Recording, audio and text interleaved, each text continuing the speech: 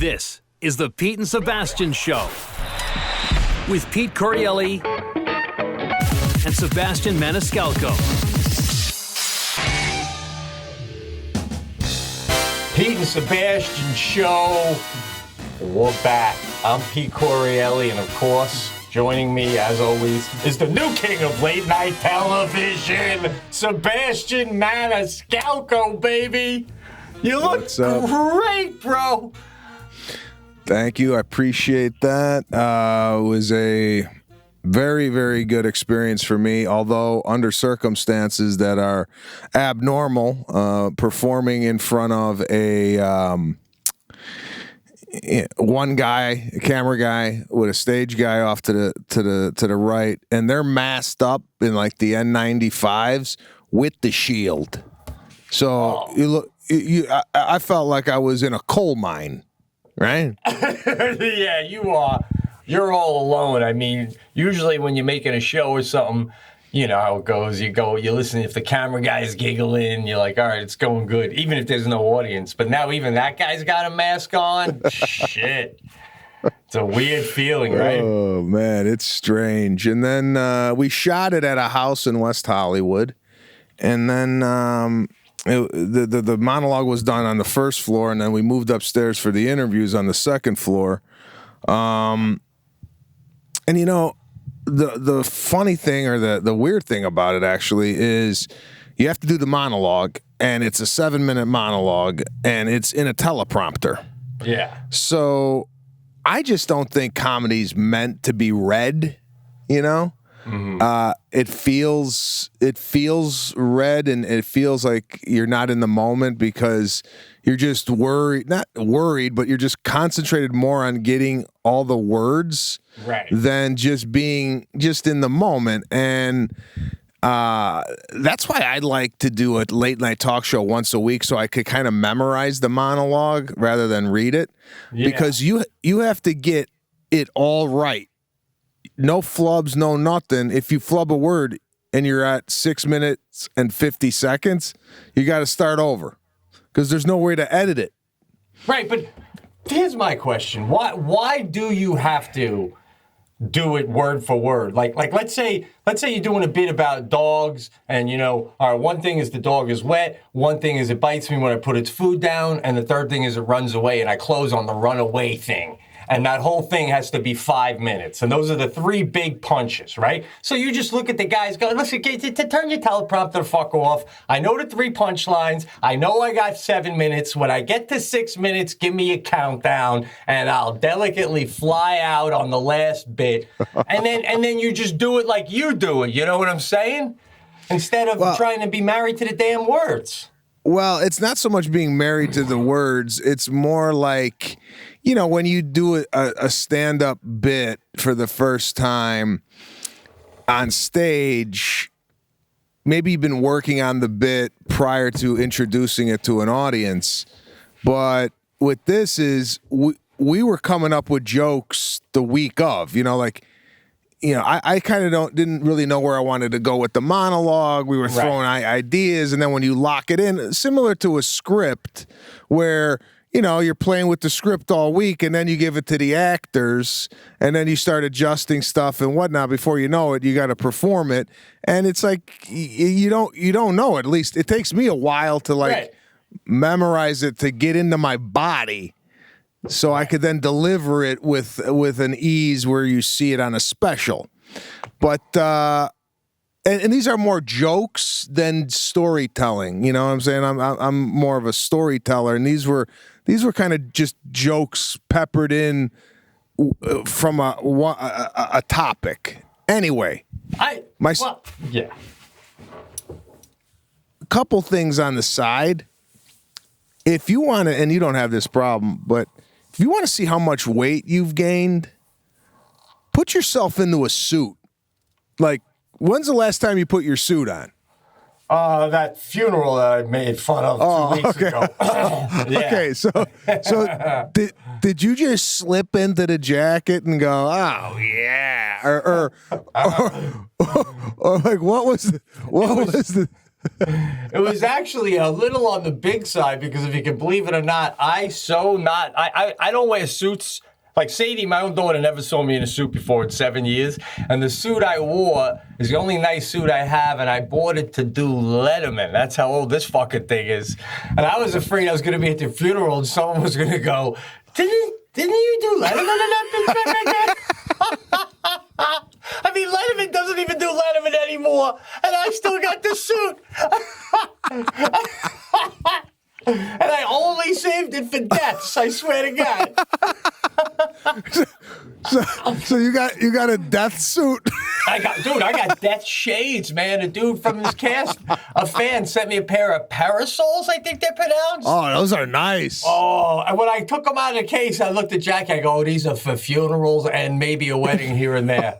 So I'm not going to lie. When I had my first funeral, I'm like rooting for a sunny day just so I can show up with my parasols. I washed the Tahoe for the funeral so I could step out of my shiny Tahoe with my parasols. We're not all dead here, right? Bro, you didn't look fat in your suit, by the way, but go ahead. Well, thank you. I mean, it was tight. I know we've touched on the funerals a couple weeks ago, but you just brought up a good point. If you went to an open casket funeral, yeah, and you got up to say your prayers in front of the body, and the body had sunglasses on, buried in sunglasses. What do you think of that? Oh, God. I think he's the coolest dude in heaven right then and there, right? I'm like, oh, God. Now, by the way, that would have to be in the will, right? I mean, the gall to slap on a pair of Ray-Bans on a corpse without permission, right? Well, what if you're the family member? You come in to check out the body, right? Before the body's introduced to the wake, the family members go back there, right? So if they go back, and the mortician just said, I don't know, I put a pair of sunglasses on. What do you think? I don't know. Your benefit is if you got like a best friend who's like, come on, what do we all remember most about Bobby, right? He'd always be like, where are my shades? Where are my shades? Whenever we're fishing, whenever we're having a party, he's like, where are my shades? You know, let's give him his shades, man. Oh, man. Shit. 93 on iTunes. Oh, come on. I'm just making sure this gold is being captured. So anyways, I'm busting out of my suit. You can't really tell, but it's tight. You know, it's one of those things where if you move, you know, if you did like if I bent down to pick up some Kleenex on the floor, I'd rip the back of my suit open. I'd do a Lou Ferrigno Incredible Hulk on the damn thing. All right. Gotcha. You could have tore that easily if you wanted to, right? Oh yeah. Absolutely. So, and then I had to wear a second suit the next night. So I was already in, I was already in the suit that fit. Now I had to go into another one, which, Jesus Christ, this thing was, I mean, if I went to the bathroom and I unzipped my pants, I don't think I would have got them back up. Now, see, this is the kind of gold where, like, because it's your first time ever doing late night TV, like if you were on stage at the Comedy Store for whatever reason in a suit, you would probably go right into like, listen, I'm in my Corona suit right now, all right? This fucking thing. Because you're totally in your wheelhouse, but when you're somewhere there, like, right is it like this thought of, man, that's a funny bit, but do I do that? And now is the whole country going to be looking at my tight suit if I do that, right? And there are a lot, or did you not even consider doing that? Because that's funny. I mean, I don't, like, if it was a live studio audience, I think I'd be a little bit more prone to go out there and go, guys, you know, during this pandemic, apparently I put on some weight, and you could tell by the fact that you could see my nipples through the suit, or whatever it is. Yeah. And by the way, folks, when you go home tomorrow, tune into tomorrow's show, because this is my well-fitting suit. Tomorrow we go tight. Tiger Woods once said I'm the tightest wearing clothes in comedy. Well, I'm going to beat my own record tomorrow. Oh, man. And you know what I miss, too, without having the live guests? The ability to pop out from behind the desk and give the big hug to the A-Rods and the JJ Watts. You know what I mean? Let everyone know that you really know these dudes. Well, that's what I liked about the interviews for me, that I had a personal connection with the guests. I mean, I don't know if you saw the Watt interview, but the guy is just quick on it. He's on, just really good guest, and I really enjoyed talking to him, as well as Ripa and Seacrest and A-Rod. I know Watt's gonna just slide right into show business without a hiccup. Oh, yeah. No, he could definitely slide right in whenever he wants. But all in all, I had a good time doing it. It was fun. I mean, I could see myself doing that on a regular basis. I don't know how that's going to look, but I had a good time doing it. And it would be a lot better if it was a normal situation with a live studio audience and myself and the guests interviewing. Listen, of course it would be, but and did you feel more comfortable from day one to day two? I did, although I think I did better interviews the first day. Man, doing interviews over Zoom is not ideal, especially when we surprised that healthcare worker with Smokey Robinson. When you get two people up on Zoom, you're talking over one another. They did a really good job in the editing room cleaning that whole thing up, but it's not conducive to a fluid interview.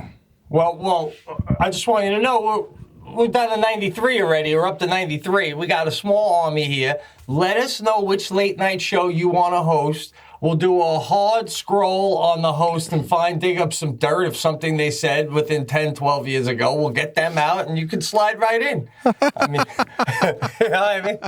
I mean, it's got to be Fallon doing blackface. Come on, let's dig deep, people.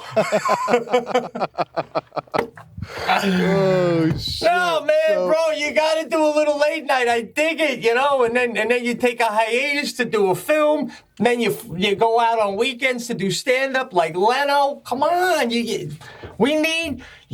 Listen, I actually like the hosts that do it late night, so I don't want to say it in that way. But I think you'd be good at it. That's all I'm saying. Well, I like it because it tailors to what I do up on stage. To be honest with you, I think from what I've read in the comments, it was a refreshing break from politics, because a lot of late night talk shows concentrate on kind of current events and politics and what have you. So it was it's something that's kind of tailor made for what I do. If we do it again, that's great. If not, I don't know, bro. I just I'm really trying to figure out how I can introduce my mother into our circle of trust over here, because it's getting really sad that my her grandkids can't see her, right? So I'm looking into testing options. Oh, really? This thing is such a moving target. It's really difficult because I asked the doctor, I go, are you talking about Corona now? No, I'm serious. It was just such a slide right into the virus. I didn't even, and you're still smiling. Don't ever smile when you talk about the Wuhan fucking special, all right? Holy shit. Get in the right, get in your virus mood, and then we'll talk virus. Fucking bullshit.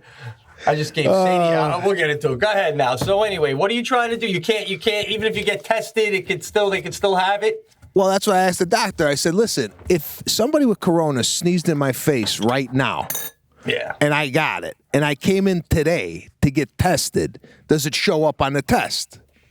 He goes, no, probably show up 3 to 5 days after you were exposed to it. So I said, okay, so then I come in, I get tested, then I come in again, 5 days later, get tested again. He goes, well, it could show up 7 to 10 days. I go, oh, come on, man. So the best way to do it, to ensure that you don't have it would be get tested today and then get tested again in 2 weeks. But in between, you got to stay inside. Yep. Quarantine, shut down. Yep, exactly. So, what's your take? I mean, I know, and I don't know if this happened already or it's going to happen. Aren't you seeing your parents soon?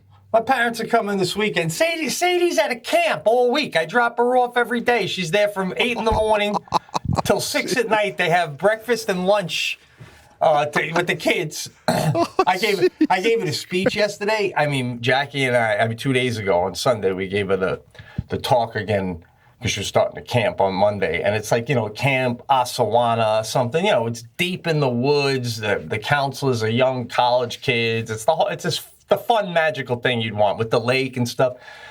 And I'm like, first I tell her about anybody wants you to go alone in a cabin or something, you say no, obviously that whole thing. But now I got to do a mask speech. And I actually dropped the F-bomb with her just to really instill in her. I said, because they got to wear the mask a lot, right? So I'm like, listen, if you're ever in a position where you can't breathe, because she says that sometimes, I go, you pull it down and you breathe. And if they say no, you say, well, please take me to an area where I can take it off because I can't breathe.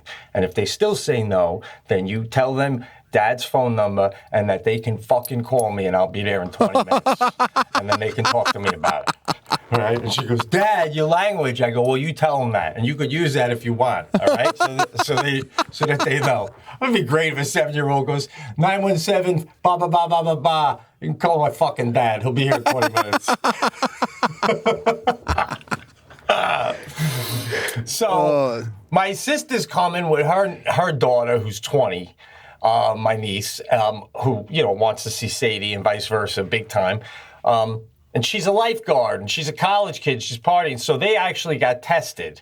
My sister says, we'll get the results by the time we come see you. But I go, but by that time, my niece has been lifeguarding. And they're coming with my mom, who's, using oxygen, and my dad.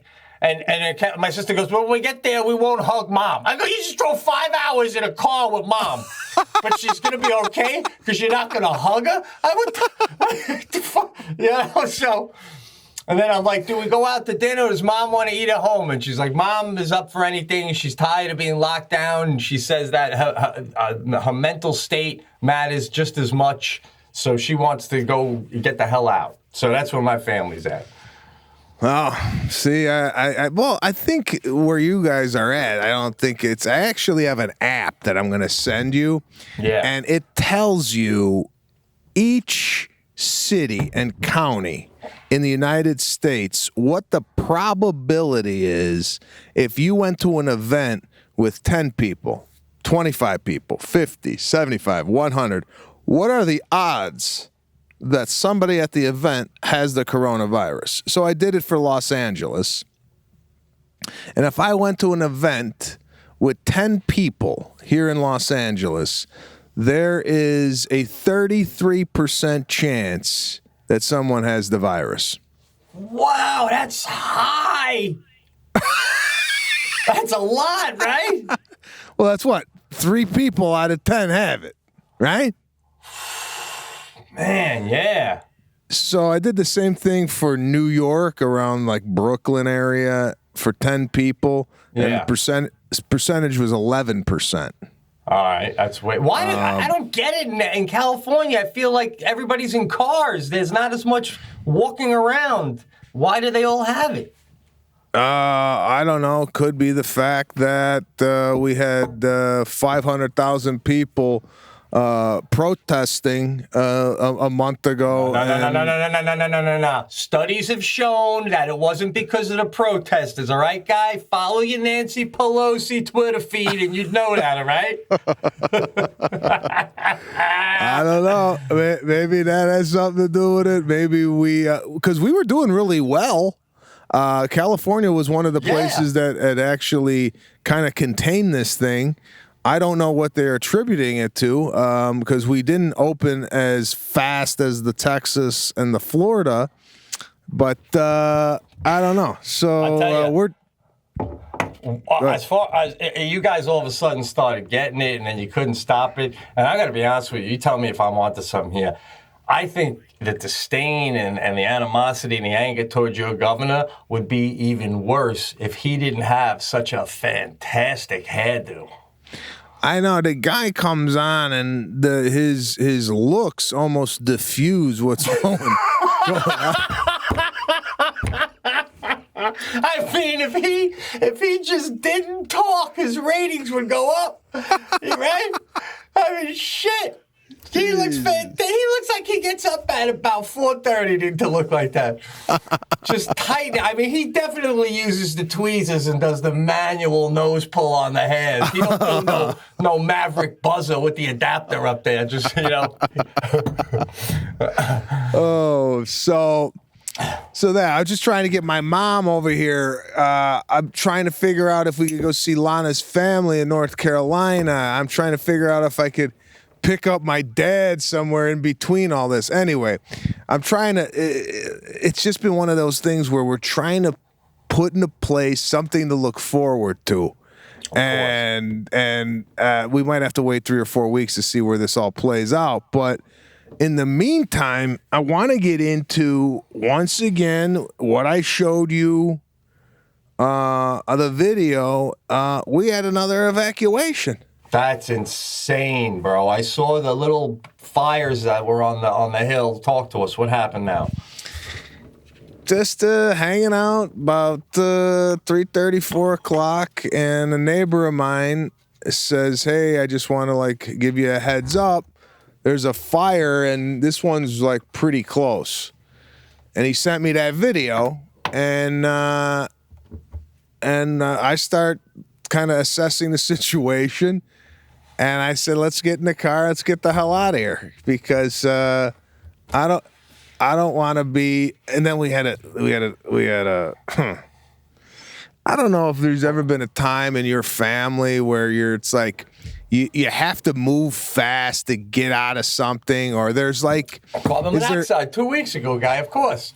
Okay, so tensions are running high. I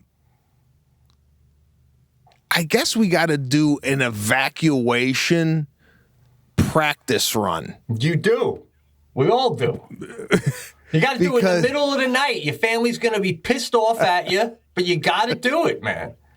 And you got to not tell them it's fake until they're all in the car. And you're like, I'm kidding. I got hot chocolate for the kids. Right? Oh, shit. What happened, man? No one. Nothing. They don't want to leave anymore, right? I mean, are you the only house evacuating? Well, it's I gotta get a No, this guy that sent me the video, he's evacuating, right? All right. So I'm I'm trying to get the family together. I take a case of water. It's I take a large case of water. I'm thinking, man, we might need water if we can't come back or whatnot. I need I couldn't find my survival kit. It was just. It's a deli at the bottom of the hill. It's a 7-Eleven. This isn't the apocalypse, bro, right? I mean, all you need is your wallet. I guess you're right, but I was just I don't know. I don't know what I was thinking. I just threw everything in the car, got the kids in the car. We went down to the hill to get gas. Yeah. All right. And we just waited out there, went back up. But on the way out, I run into a neighbor, right? Yeah. And I don't know if you've seen this, but I'm amazed how people don't analyze a situation and kind of figure out what's the appropriate reaction. I'm tearing out of the neighborhood, and this guy's like, I'm getting a wave, like, hey. Now, I pull down the window on Lana's side, and he comes up to the car, no mask, comes up to the car. You ever get these people okay, we're in the car, guy, but the window's open, so the 6 feet rule still applies? Yeah, right? Absolutely. Dude, 33% in a 10 group people. This guy might have it right now. It's insane. And this guy looked like he got struck by lightning. You ever meet one of these guys that just they look like they were struck by lightning and now they're like, hey, what's going on? Like disheveled a little bit. Yep. And he starts going into, I talked to the homeowners association. Guy, there's 3 helicopters with water dumping it on the what homeowners association? Get your car and get the hell out of here. Man, the literally helicopters were dumping water at this point? Yeah, they got helicopters dumping water. They got, and I didn't know this until I left the neighborhood, there's at least 17 fire trucks lined up, right? Putting this thing out. Holy shit. And this guy's telling me about homeowners association and when the meeting's going to be. And I go, guy, we're in a rush. We got to get out of here. We're either going to die from you spitting in the car or the fire. So I left. I came back. We unpacked everything. This is 3. Like, I think I should have been told by my real estate agent how many times Stefani had to evacuate the house. Yeah, right? That's when they showed you the house, they were all crossing their fingers. Oh, God, please don't have a fire on the hill. Not right now. Not right now. They probably soaked the hill down before the open house. Oh, God. So we did the evac. Then on the next video I get, and I don't even know if we could post this online, I'm looking at your ass in an acting clip. Yeah, oh, bro, full-length film. I was the star. I found it in my attic. Hold on, before we get into that, how are these fires starting? Is lightning hitting the hill? How do you know? Does anyone know how they're starting? Well, that's another thing. I don't know if you've ever started a fire with wood. Have you done that? No, like rub sticks together and shit? Well, let's say you're camping and you want to do a campfire with logs. Yeah. Right. All right? Uh-huh. I've done it in my pizza ovens, trying to ignite wood to get a fire going. And I'm doing it with a lighter or one of those lighters and paper, and putting the paper under the wood so the wood could. It ain't easy to get a fire going. No, I take wild wood, as you say, off the ground when I go camping. Even if I get it lit, it just starts smoking and goes out. And I'm like, right. I'm like, how is this shit burning down forests? I can't even heat up my fucking coffee on the grill. That's what I'm saying. Yeah. I'm trying to start a fire, and I can't. I'm right there with you. I mean, and then they always say about L.A., oh, this is like gasoline, mate. That's what the fucking Australians say about the brush like that. That it's like that tinder can go right up, but it needs a spark. So what? Well, that's what I'm saying. Like, I always hear, oh, it started because someone flicked a cigarette into the trail or whatever. I go, if it's that easy, I would just put a cigarette into my pizza oven, and apparently the thing would ignite. No shit. Someone should have told me. I'll bring some Marlboros, light one up, and toss it in the campfire. I'm right there with you, bro. I'm just doing your joke again in a different format. I don't understand it. I don't get it. I got to make sure we're getting this gold. Yeah, it is. By the way, what are people doing? Going to the edge of the fucking hills and just, smoking cigarettes and flicking them like they're outside of a movie theater? I don't know if it's that or it gets so dry that with the heat, that is it possible Don't that even a say fire? it, come on, this is up there with the fucking whale legs. You're gonna say it just combusts, guy? No spark. It just gets so hot that it just a flame appears like ta-da. Oh shit! Oh shit!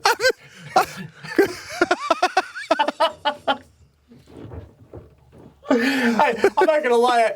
I sometimes think that's going to happen with my gas. I'll have it in the garage, and I have the garage door closed, and it gets so hot in there. That happened like 2 weeks ago. I'm like, I have to open up the garage door. The gas can's going to explode from massive heat. And then I'm like, well, I don't know if that could really happen, man. Well, can that? I don't think so. I'm not sure. Man, where's Lou when you need him, bro? I know, wow. Wasting away at Sirius XM. That's what fuck. I don't know. I just always hear about these fires, and like yourself, I don't know how they start. Yeah. Is anyone looking into that where you live? I mean, maybe instead of 17 fire trucks, we have 16 and one detective car. Yeah, I was a little disappointed, actually. Why? That I didn't get a call from the fire department to let me know if I should evacuate or not after the pizza delivery. Wow, bro, you are bringing up a good point. I'm getting a little upset, and I didn't even bring the pizza. I mean, was that all a charade? That's just fancy for charade. Was that all a charade? Like they thank you and they're biting into the slice, laughing as you're driving back down the hill? I mean, that was kind of what the whole thing was for. Was, hey, I just moved into the neighborhood, so if I need to evacuate, can you let me know? Right. The guards at the gate, they don't know what the hell's going on. I called them. I go, should we evacuate? I don't know. There's a fire on Balboa. I go, guy, Balboa. It's on. It's down the street. What are you talking about? Oh, it is. Oh, fuck it. Give me the firefighters' direct line. What? I don't. First of all right, there's a lot going on here. Number one, how come security, part of their responsibility isn't having like a zone, and if the fire reaches that zone, we tell the tenants? I mean, you're only protecting me from criminals, but fire, I'm on my own? I mean, you're sitting here in the box. Why are you in constant communication with the four guys overlooking Malibu, enjoying life? And secondly, or whatever they are, do you think there's a chance the firemen will like, we will tell you when you need to evacuate. You didn't need to evacuate. You're a greenhorn on this hill. And, we're laughing at you because you're packing up the family with a case of water and going down the hill every time there's a brush fire. It's not necessary. Well, I want to go back over there this week, now that we've had a couple of fires, to kind of discuss with them, listen, guys, we got to work something out here. You got to give me a heads up on what's going on. If I need to evacuate, if I need to stay, we need to be like, this is what type of communication I want with the fire department. Yeah. I want them hooking up the hose to the fire hydrant. Ready?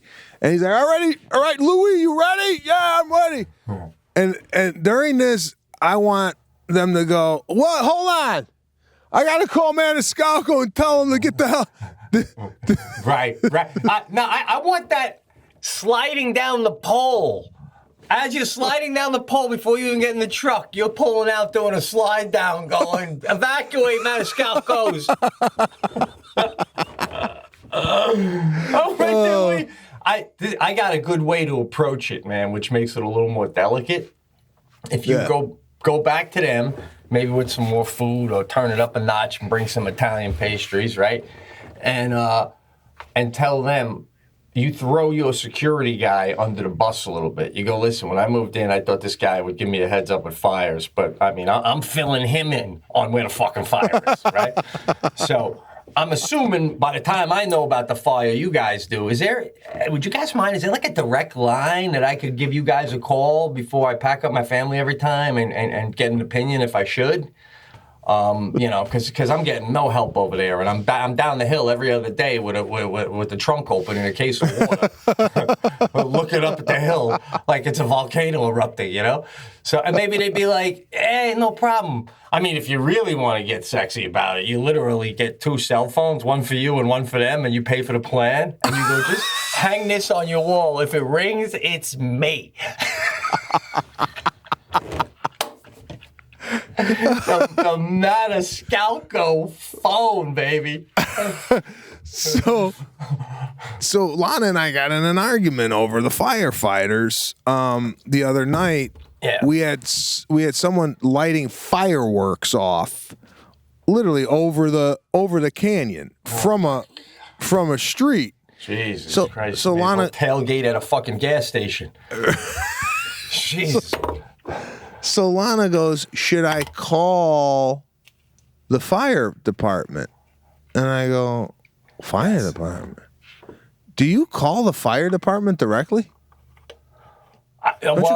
When I called for carbon monoxide, I figured that's the fire department. You call 911, you tell them the situation, and dispatch decides if that's fire or police. That's what I said. Lana thinks you could just call the fire department and go, I got a fire in my kitchen. What does she think it like goes, press 1 for fire, press 2 for intruder, press 3 for heart attack. Oh, God. Adorable, bro. So, but which brings up can you get through to the fire department? I mean, when you call for monoxide, did you call fire? I called and told them the situation, and they said, we're going to send the fire department. And I said, okay. And then but 911. Yeah, 911. Yeah. Yeah. And then I told the fireman, I go, what have you found drugs? And he goes, usually when dispatch talks to the person, if they get a sense that it's an illegal situation, he goes, the cops are called with us, so we come together. So, but yeah, I mean, Lana calls up and goes, listen, someone's shooting off fireworks, and I think there's going to be a fire. I don't know if we call the firemen or the cops. What do we do? And then the dispatch, right? What happened? What'd you do? We called the security gate. I said, I got fireworks in my backyard. Call the police. He probably said thanks, turned around, sipped his soda, and watched.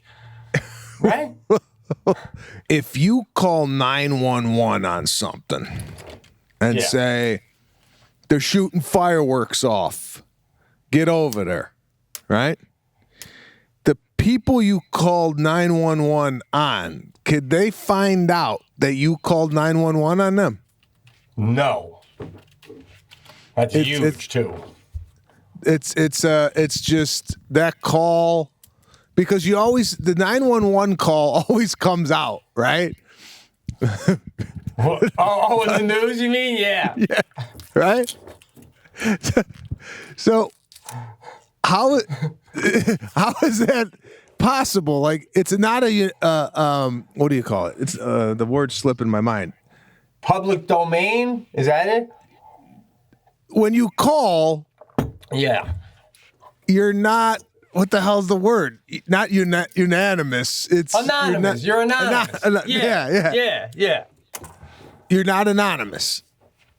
You are, right? Like for example, when I lived in New York City, I had a roof deck, and somebody in the building called the permit people and said the roof was built without a permit. The roof was up there before I even moved in, the roof deck. But someone wanted to be an asshole to me. I called a private detective. And I said, can you trace a phone call for me if I give you the cell phone number? And he goes, literally, I'll never forget. He goes, I didn't see him. I was on the phone. And he goes, yeah, I don't trace phone calls. It's illegal. Goodbye. And he hung up on me. And the way he hung up on me made me feel like he gets like 3 or 4 of those a day. Like people just needing to know who the fuck called on me, you know? Absolutely. But how could you trace the phone call to 911? Like, they'd have to call you. What do you mean? No, if I said I had the person in my building, I knew I had the cell phone of who I think did it. And it's like, if I give you their cell phone, can you see in the past month if they called this number, you know, yeah. So that kind of shit, yeah. But otherwise, I guess you're anonymous unless it becomes a crime. And then all of a sudden they're going to know it's you because they'll hear you on the dispatch going, guy, I'm looking at the smoke from here, guy. Oh God. Yeah, I don't know. I'm gonna, maybe we beep out the word here, but I'll just say a close friend of mine, blood close, if you know what I'm saying. I'm on the phone with him the other day, and he goes, every day I drive to work. He goes, there's this beat up fucking camper parked out in front of the road, and he goes, it's driving me nuts. He goes, it's been there like 3 years. Finally, I said, fuck it. I called up the town. He goes, I'm 5 minutes into the phone call, and the town goes, we'll send 2 cops over. We'll take care of that right away. And he goes, my friend goes, he goes, next day the camp is gone. He goes, then my other neighbor goes, hey, you hear what happened to Jerry's camper? And he goes, and I go, I know, right? It's been there 3 years. Who would call now? Out of the blue. Must be the new guy. That's the beauty of the 911 guy. Nobody knows. Oh man. So you got my video, all right? So I got the video. So what is this? Explain what's going on. I told you on many, I don't know, episode, season 3 of the cast maybe, about an independent movie I made for free. I got the part. No money involved, wore my own clothes. My character drove a beat-up white van, and that was also the van I changed in, low budget thing. But there was a scene in the script, my character, I have my brother shoot me in the leg to make it look like I was robbed because I took the mob's money, and instead of delivering it from one place to another, I was a degenerate gambler, and I went to the track and lost it. So in the scene that I sent you, I'm being interrogated by the mob guy because he doesn't believe that I was robbed. So he wants to look at the bullet wound and ask me what happened. So they have to pull down my pants and look at the bullet wound in my ass. And at the time, I remember telling you the story, I thought I was making an artistic choice. I was like a young River Phoenix guy. And I said I'd show it to you, and then I forgot about it. I couldn't find it. And the other day I was up in the attic getting some shit out for the visit, and I found my box, and I found the movie, man, and I was checking it out, and I just took a video of me playing it on my computer. I'm not going to download that shit, but I wanted you to see it. I got to show it to the listeners. It's too funny. So why did you get shot in the ass? Couldn't they have made it you got shot in the leg and then just pull up your jeans? Why are you half naked in the fucking movie? Well, I should have shown. Listen, now I got to walk you through the whole thing. But no, in the opening, what my brother does is we go out into the woods, and he's my older brother, and he's always getting me out of trouble. He's the guy who wrote and directed it, and. So this is his idea. This is the only thing we can do to get out of it. So we go out into the woods, and he shoots me in the thigh, but it goes through my thigh, my inner groin, and out my ass cheek. But the opening scene of the movie is me and him walking out into the woods with this ominous music playing, and he's got a paper bag in his hand, and you don't know what's in there. And then we get out into the woods, but he's like, you ready? You ready to do this? And I'm like, there's no other way. Do it now. No one's around. And bro, I am not kidding. You watch this, you literally think one of us is about to blow the other one. Like that. And you think condoms are in the brown bag. I'm not even kidding you. And then he pulls out the bag and it's a gun. And he puts it up to my thigh and he hugs me tight. And there's a camera shot above. And he's like, oh God. And as soon as you hear bang, screen goes back, credits roll, guy, and we are in it.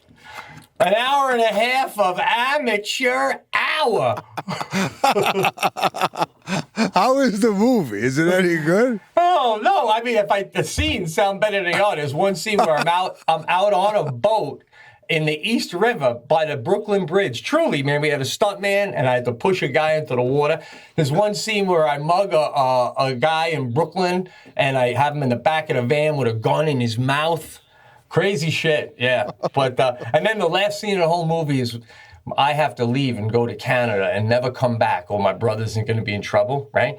So we have to drive about 4 hours outside of New York City towards Binghamton, where there's finally a sign that says Canada, wherever we were, Canada, Montreal, 200 miles, right? And he's like, we're going to go where that sign is. So we had to drive 4 hours out there. And the last scene was, I'm driving, I pull over by the sign that says Canada, 200 kilometers.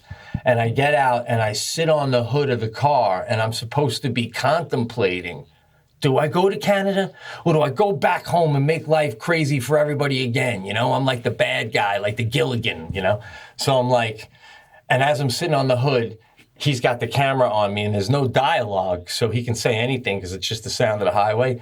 And the director's going, now rub your thigh where you got shot. Rub your thigh so everyone knows that you're thinking about the bullet wound and everything that happened. So now I'm sitting on the hood of the car and it looks like I'm rubbing my dick trying to get a hard on.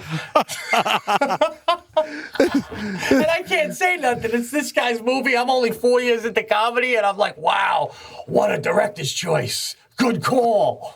So there's multiple scenes that could be misconstrued as a porn. Oh, it would have made more money and been more successful if it was a porn. And by the way, do you believe I thought I was good looking then? Do you believe that? It's fucking crazy.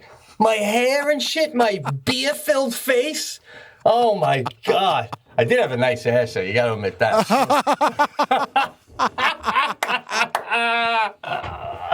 Oh, shit. So, anyway, yeah, I pulled that out. I'm starting up my newsletter. I got to say for the listeners, if you haven't signed up for Pete Corielli's newsletter, I've been talking about it. I'm finally going to start writing. And my first one was going to be, I found that, and I was going to talk about the ass scene and then write about it. And Jackie goes, oh my God, you're starting a newsletter and the first thing you're going to go to is the one movie you ever did and you're going to make fun of it. I mean, God, why don't you just write about your life? What's going on? So anyway, that's what I'll be writing about, what's going on. Well, we used to have the Pete newsletter. What'd you call it? That was a TV show called The Pete. Yeah, that was a whole big thing. That was a production. That was really good. Yeah. I found the old video of me and you from alternate side because I'm going to start my YouTube channel, so I'm collecting all my failures. No, that was good shit. Bro, I got a couple of questions on the etiquette side I needed to run by you. Yeah.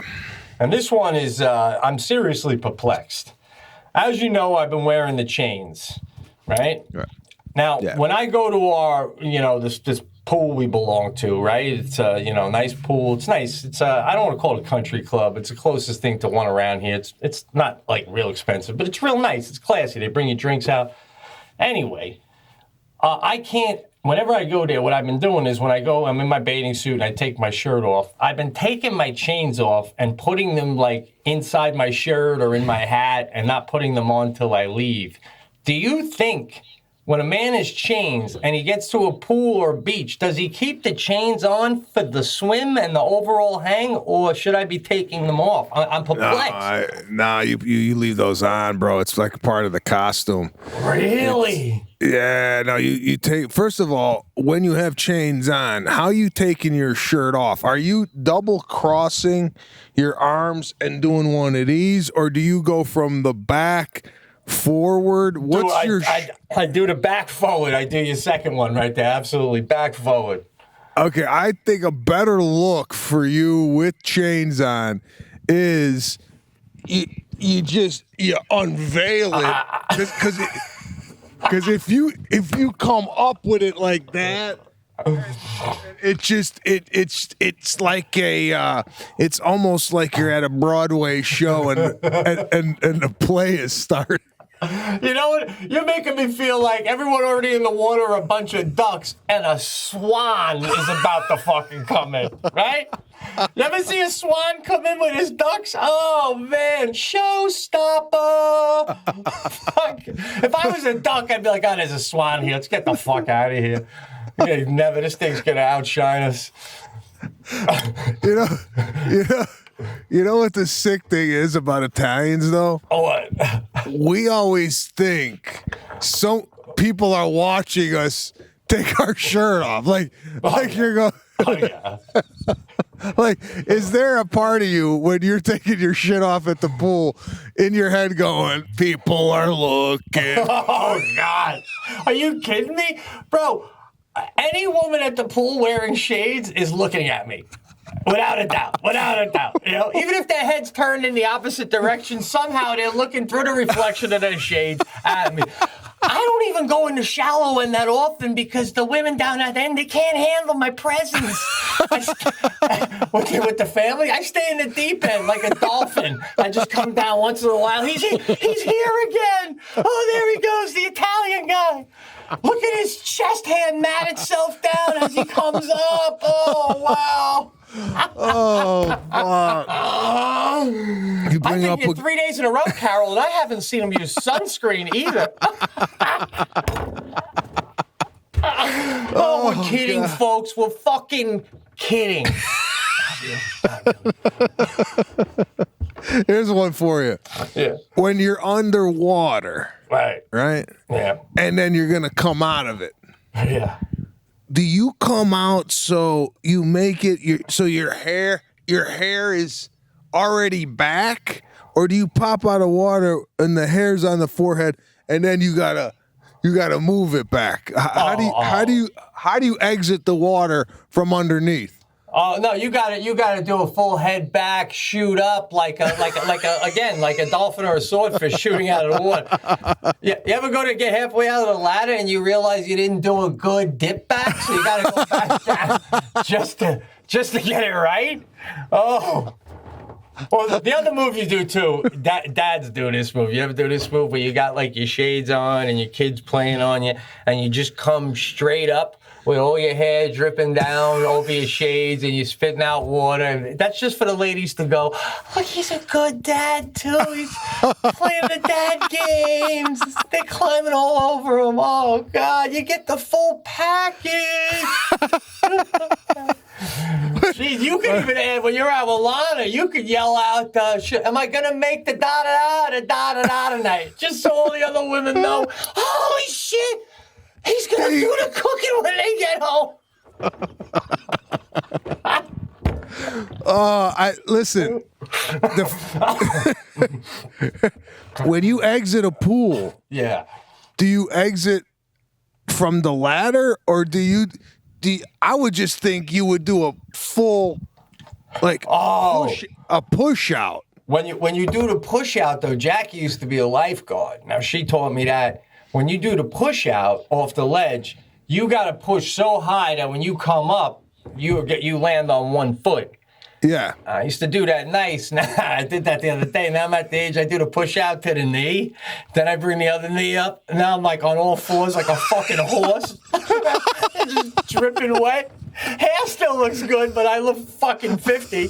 And then I slowly climb up.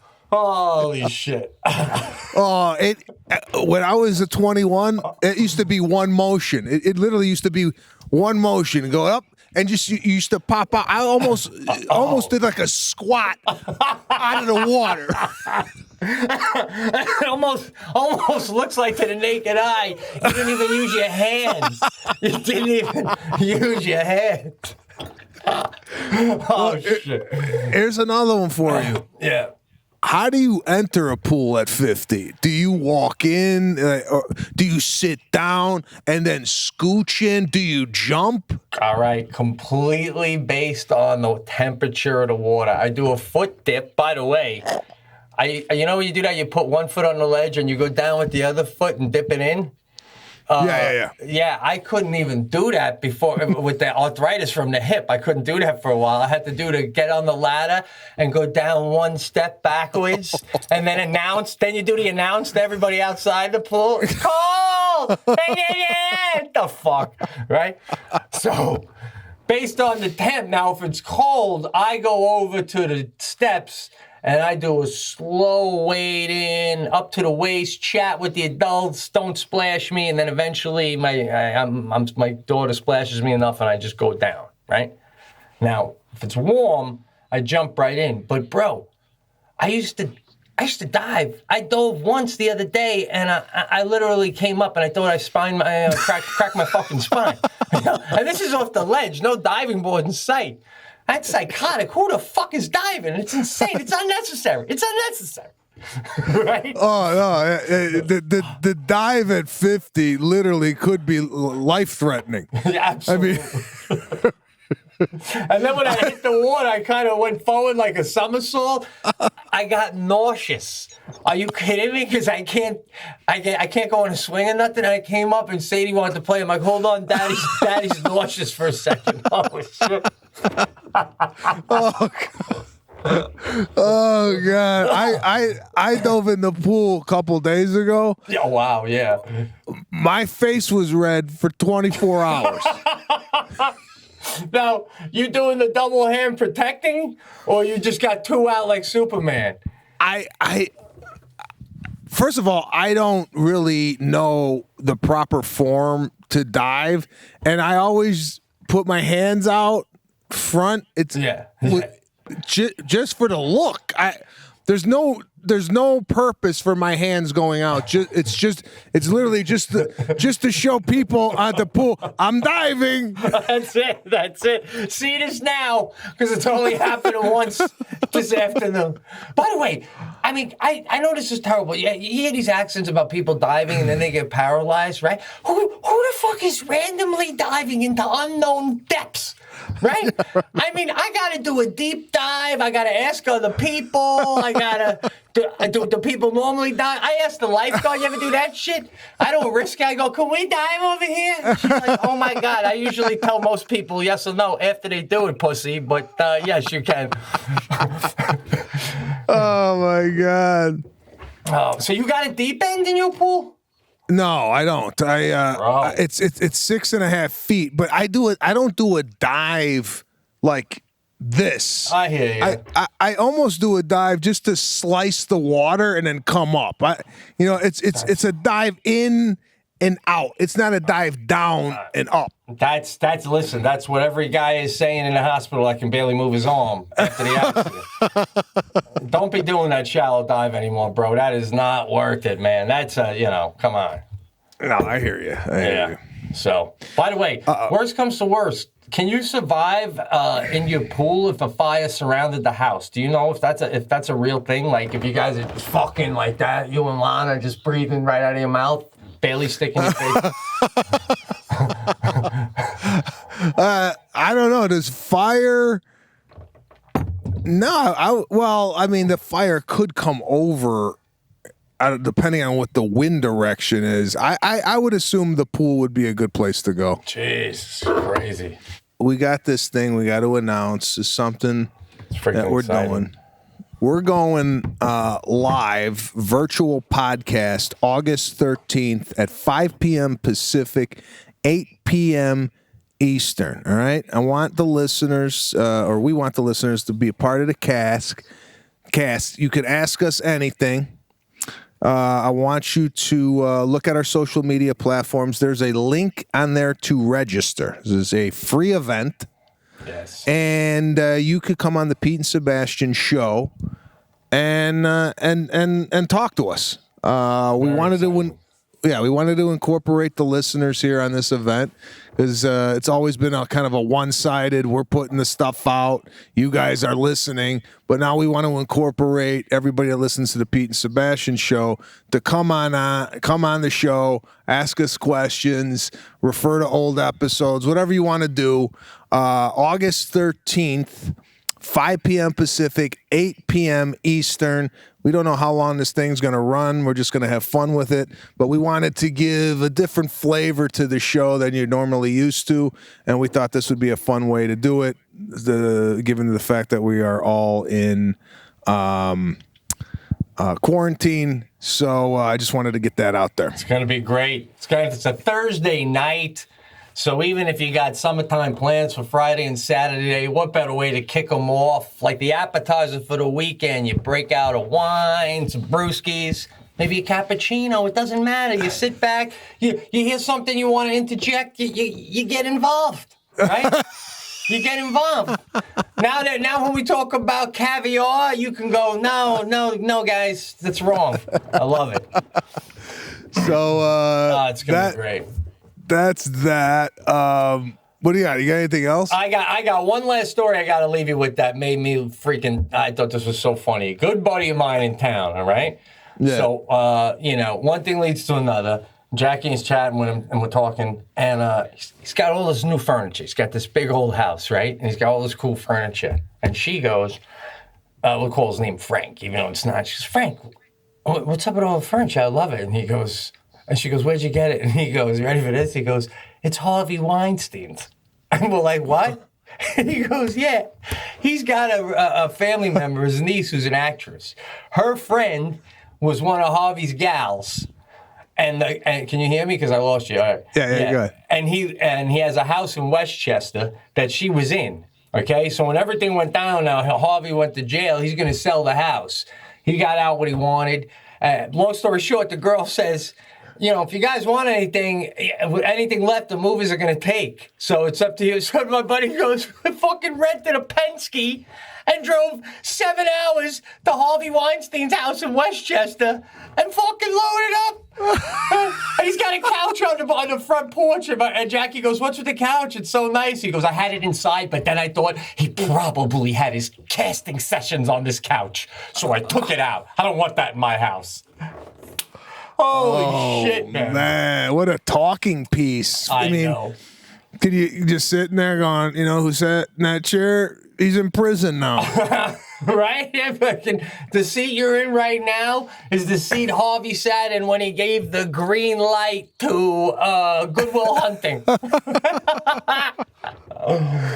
Oh, my God. Another great hang, bro. How are we not down to number 2 or number 1? No, we're moving up, bro. This thing is getting some heat behind it. We got to thank the listeners, Pete and Sebastian Show. Keep sharing it with your friends and family. I got to get these cards out. The guys here to pick them up. All right. I will see you next week. Great hanging, man. Take care.